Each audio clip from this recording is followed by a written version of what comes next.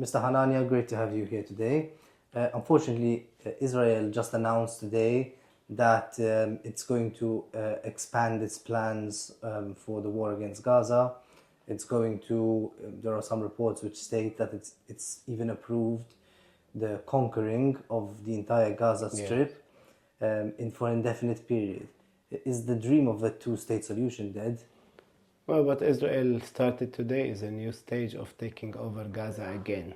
They left in 2005 and seem they want to go back to Gaza to stay.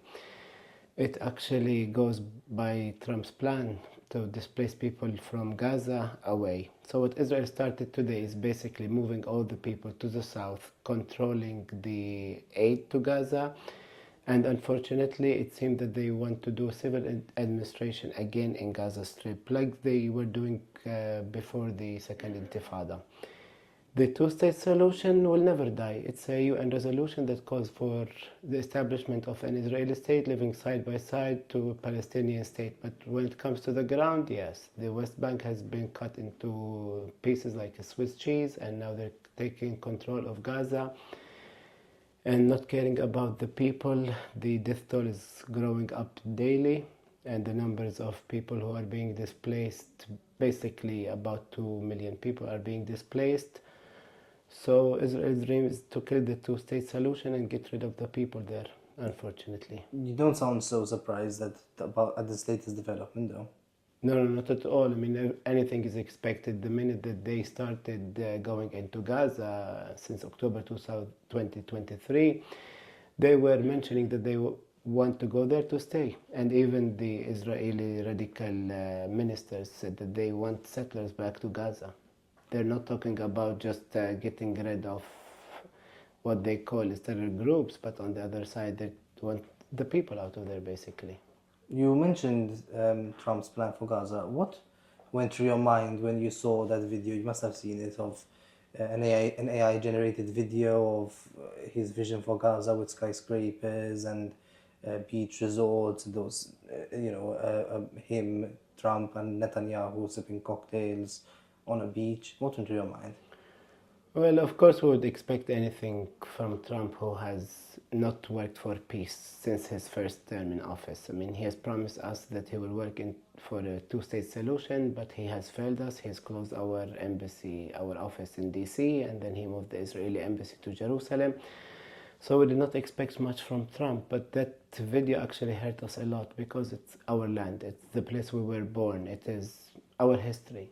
And he's just removing all this history by his plan coming out from nowhere to implement his plan in Gaza. Yes, we want to rebuild Gaza, but we want to rebuild it the Palestinian way, not to be forced to build it by whoever wants it. And it's not only about Gaza, as you have seen in the media. I don't want to go into details, but Trump is not only about Gaza when it comes to annexation of land.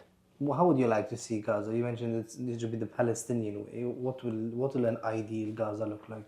Well, obviously Gaza is part of Palestinian state. Palestinians have been living there since the beginning of history. So yes, I would expect Gaza to go back how it was. Gaza was a charming city actually lately, and people managed to build a very modern city living by the beach. But Gaza is of course by the sea, and life was going on. Even there was a siege since 2006, but people have managed to start their own businesses, industrial areas. Gaza was doing well before the latest Israeli attack on Gaza. So could you explain this a bit? Because this is quite interesting. I mean, what we see of Gaza nowadays, unfortunately, is lots of debris, people dying, buildings collapsing. How was Gaza in the past? You said it was a charming city. Can you explain a little bit about how Gaza was like? The Palestinian Authority started in Jericho and Gaza after the Madrid and the Oslo Accord. So Gaza was the beginning of the Palestinian leadership home. They were building a new Gaza, a new city in Gaza after many years of wars. We had skyscrapers in Gaza, we had very modern hotels in Gaza, including 5-star hotels. We had really good housing for the Palestinians living there, even though there were refugee camps, of course, for refugees from 1948. But on the other side, we had a good city, we had a good infrastructure in Gaza, like in the West Bank. And it was really doing well with industry, with commerce, universities, even we had higher education universities to graduate doctors from Gaza, engineers. Gaza was doing very, very well as being part of the Palestinian state. After Israel pulled out from Gaza, Gaza was doing much, much better actually because they were out of occupation for a while. But then with the blockade and the siege on Gaza, things went down. But people managed to live happily in Gaza. What about Hamas? Are they part of the problem or part of the solution? I mean, there hasn't been an election there for quite a few years now. Well, Hamas was an elected political party, and that's all we can say. Hamas is part of the Palestinian people, and they were elected. Unfortunately, they decided to take over Gaza by force from the Palestinian Authority. That was the biggest mistake, but after 70 years of occupation, people get frustrated, people get resistant, people needed to move. That's why they elected Hamas. But Hamas did a mistake by taking over the power from the Palestinian Authority in Gaza, and unfortunately, until There have today, been no more elections since then. no, we tried to do elections 3 times, but Israel did not let the people from East Jerusalem to be part of the elections, so we could not do it without 15% at least of our population. It will not be reasonable for our people not to elect their president and parliamentarians. What should Europe be doing? We hear a lot of talk about the two-state solution. Recently, I interviewed Roberta Metsola, and she said that she's in favor of a two-state solution, but I mean, it doesn't seem to be working, right? I mean, we've seen this latest plan. Israel intends to take over Gaza. How should Europe react to It's this? so easy to talk about the two-state solution, but when it comes to the facts on the ground, it's very ridiculous. I was in the West Bank in December in Ramallah. There are over 500, 600 checkpoints within the West Bank area, which is a very small area. There are settlers all over surrounding the Palestinian cities and all over the hills. There are streets that are dedicated only for Israeli settlers, and we're not allowed as Palestinians to use these streets and roads. They have their own infrastructure within the West Bank. I'm not talking about the 1948, I'm talking about the 1967 area, which is surrounded by the separation wall as well. So on the grounds, it's really, really hard to implement the two-state solution. But if there is a will, the settlers can live like they left from Gaza in 2005. And we are ready to build our own state. Realistically, it's so easy to do it, but when it comes to the Israeli violation and regulations in the West Bank, Jerusalem, and now Gaza, it's making it impossible to do it. But we're still committed, according to UN resolutions, according to the international community, to build a Palestinian state living side by an Israeli state. This is what we believe in. This is what the PLO recognizes the Israeli state on the basis of having a Palestinian state. And hopefully this is what we will do for our people. Obviously, the problem is that Hamas wants to exterminate Israel. Well, no, Hamas is being much, much flexible lately. And we are having talks with them about joining the PLO.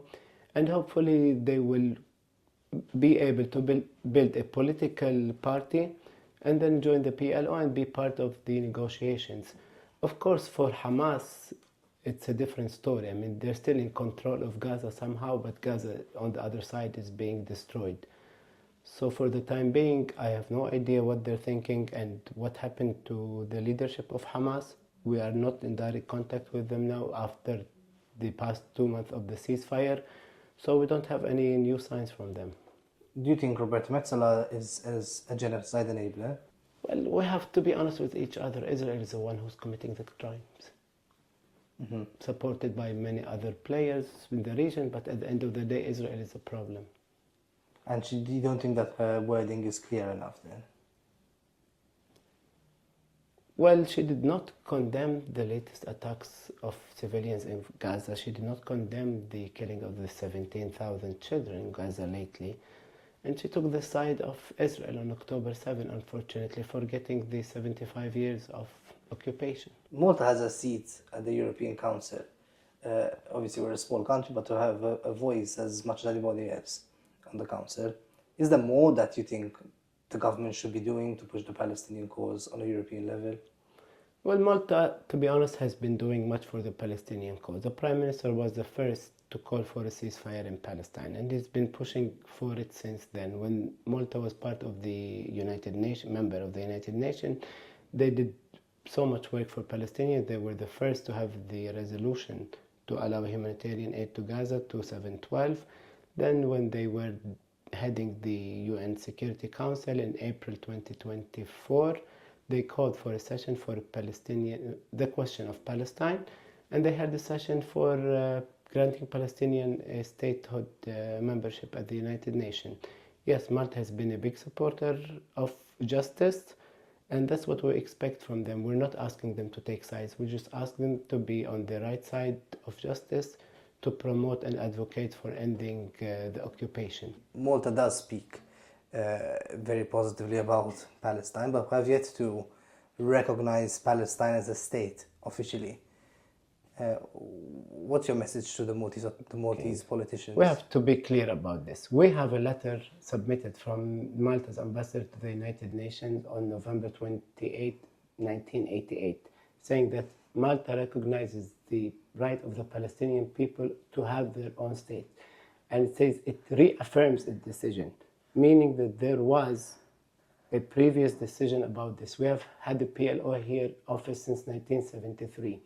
So after the Prime Minister decided to go ahead with the Spanish and Ireland and Norway plan to recognize the Palestine as a state, we asked the Prime Minister to reaffirm Malta's recognition to the Palestinians as a state.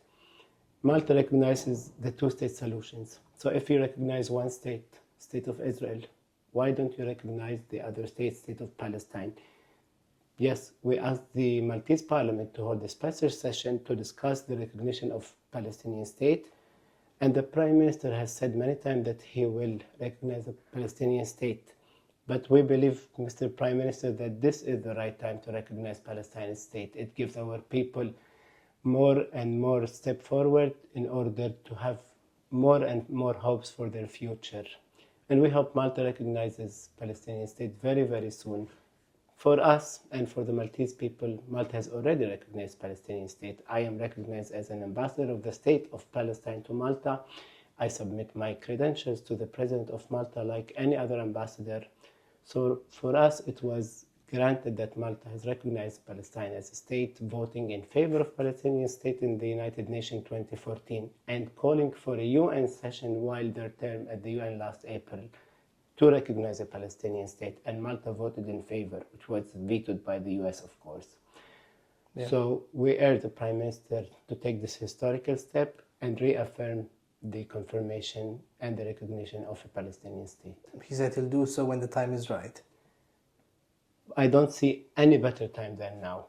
Now is the time, and we hope that the Prime Minister will do it as soon as possible. So recently there was a whole controversy when a vessel was allegedly attacked by a drone strike, the Conscience vessel, which was on its way to provide humanitarian aid to Gaza.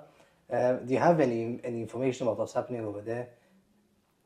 Well, I will tell you. I've been working on this since Thursday evening when the attack of the drones happened. So you confirm it was a drone attack?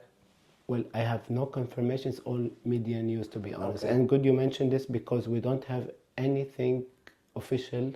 Yeah. And as I heard from the Maltese part, they don't have anything confirmed as well. So what we heard in the news or from supporters and volunteers who were abroad, that there was drone attack. And it was at midnight, don't forget this. They could not confirm anything officially, and no one has confirmed that it was a drone attack from our side. Yeah. We don't have any confirmations, yes. But we have contacted the Maltese authorities, and they confirmed that they managed to put down the fire and control the fire. And since then, we've been in direct touch with the Prime Minister's office, with the Deputy Prime Minister, Minister for Foreign Affairs, to moderate some kind of talks with the people on the vessel in order to fix it. Have you spoken to the captain of the vessel? To be honest, no, I was not in touch with the vessel directly. I know it's a group of volunteers. We were not contacted when they were coming to Malta. We heard about it before, but we were not officially contacted, as this is not part of our work. This is done by volunteers, and it's a coalition to break the siege on Gaza. We truly appreciate what they're doing because the siege has to be broken, humanitarian aid has to go in, but we were not contacted about this mission, no. Did you speak to Greta Thunberg while she was in Malta?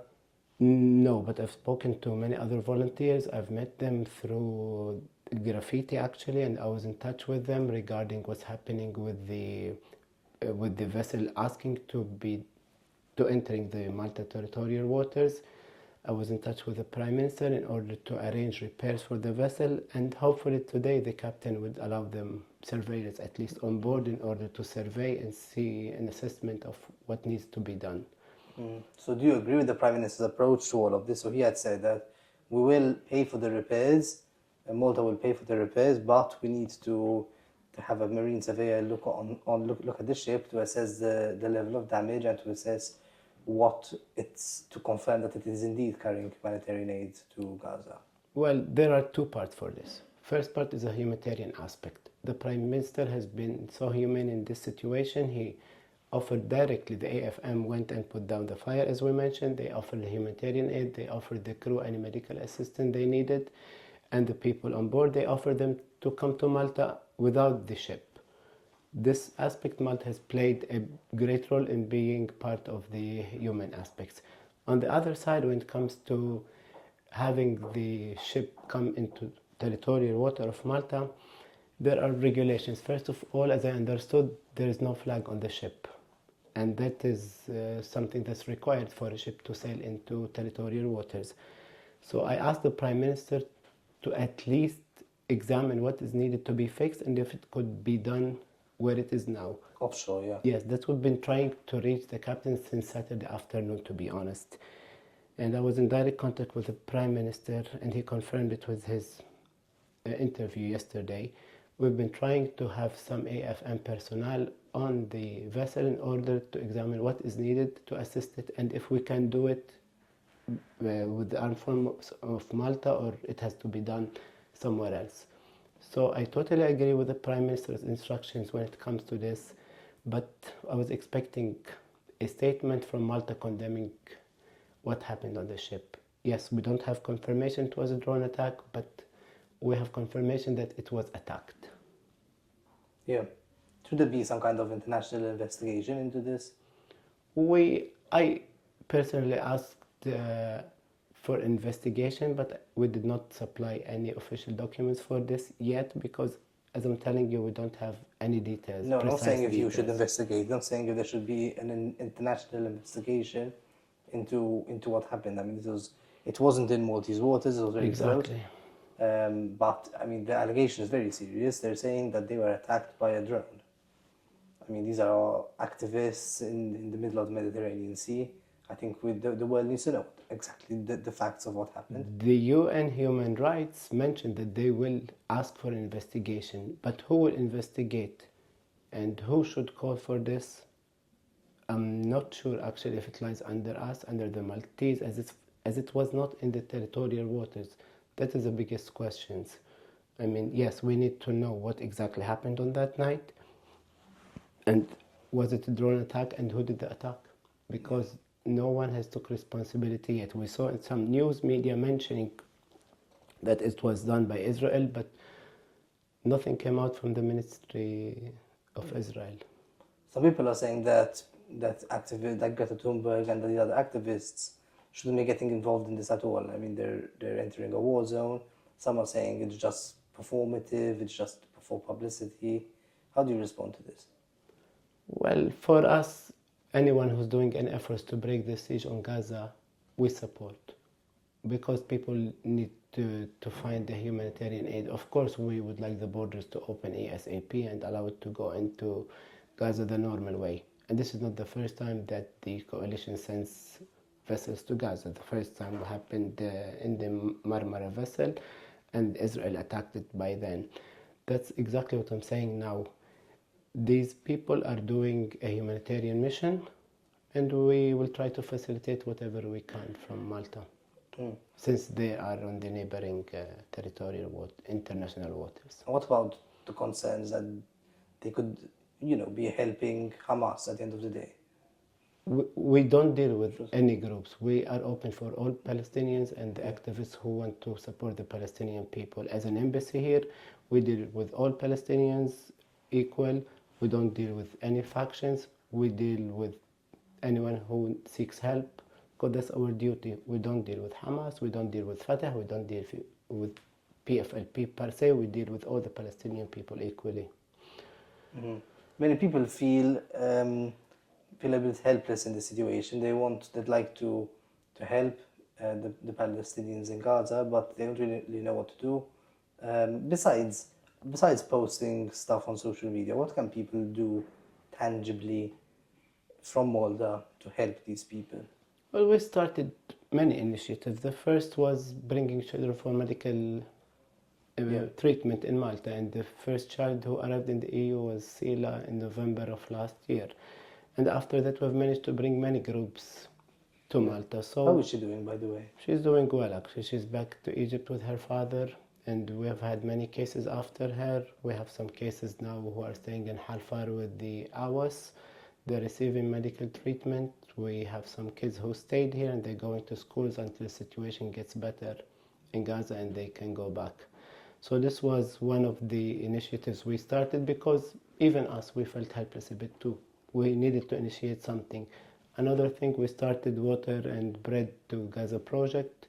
With local supporters who has donated for flour in Gaza, they have managed to make bread and distribute it around. These initiatives help a lot. You have no idea how hard it is to get a loaf of bread in Gaza.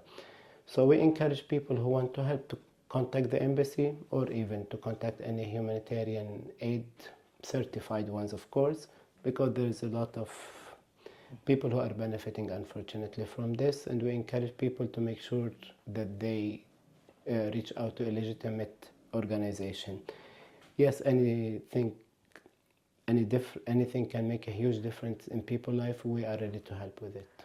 Before we just close off, could you just explain this bread making initiative first, please? I hadn't heard about it. Well, we have managed to find a local contractor in Gaza who was buying flowers or getting flowers into Gaza, and they were making bread and distributing it to the locals there, just to anyone who was in that area. We've done this since last September, I believe, yes. Fadi Hanania, thank you very much. Thank you.